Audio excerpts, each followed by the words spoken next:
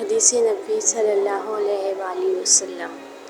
بے شک قیامت کے دن درجہ اور مرتبے کے لحاظ سے سب سے برا وہ آدمی ہوگا جس کے شر سے بچنے کے لیے لوگ اس سے کنارہ کشی کر لیں۔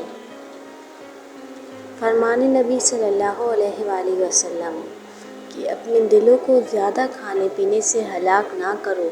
جس طرح زیادہ پانی سے کھیتی تباہ ہوتی ہے، اسی طرح زیادہ کھانے پینے سے دل ہلاک ہو جاتا ہے۔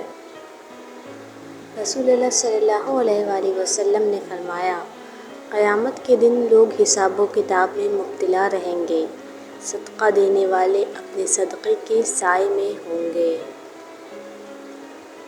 رسول اللہ صلی اللہ علیہ وآلہ وسلم نے فرمایا، بیوہ اور مسکینوں کی ضرورت پوری کرنے والا اللہ کے راستے کے مجاہد کی طرح یا تو دن میں روزے رکھنے والے اور رات بھر نماز پڑھنے والے کی طرح ہیں۔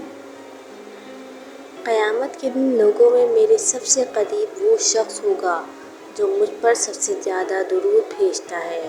فرمان نبی صلی اللہ علیہ وآلہ وسلم۔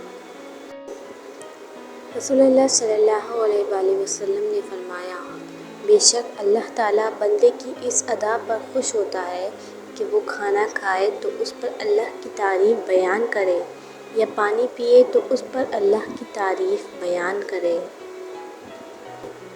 حدیث نبی صلی اللہ علیہ وآلہ وسلم۔ حضرت ابو ہریرہ رضی اللہ عنہ سے روایت ہے کہ نبی کریم صلی اللہ علیہ وآلہ وسلم نے فرمایا، گالی گلوچ کرنے والے دو آدمیوں میں سے گالی کا گناہ ان میں سے شروع کرنے والے پر ہوگا جب تک مظلوم حد سے آگے نہ بڑھ جائے۔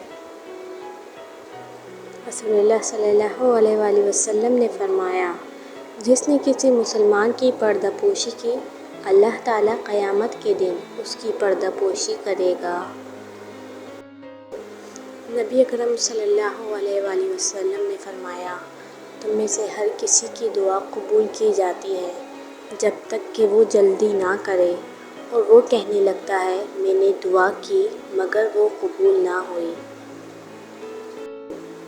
سونے سے قبل یاد رکھیں، رسول اللہ صلی اللہ علیہ وآلہ وسلم نے فرمایا، جب سونے کے لیے بستر پر جاؤ تو آیت الکرسی پڑھ لیا کرو، اس کی وجہ سے اللہ تم پر ایک نگہبان فرشتہ مقرر کر دے گا اور شیطان صبح تک تمہارے قریب نہ آ سکے گا۔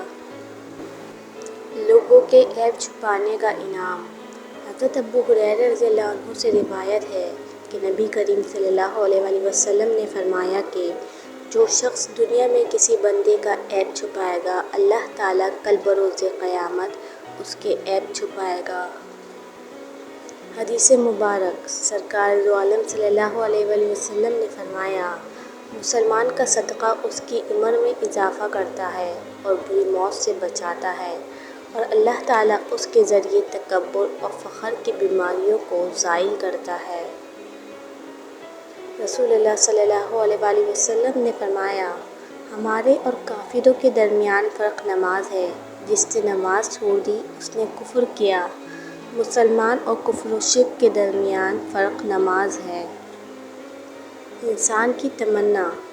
رسول اکرم صلی اللہ علیہ وآلہ وسلم نے فرمایا، اگر ابن آدم کے پاس 2 وادیاں بھر کر بھی سونا ہو تو وہ تیسری وادی کی تمنا کرے گا، اس کا پیٹ صرف مٹی سے ہی بھرا جا سکتا ہے۔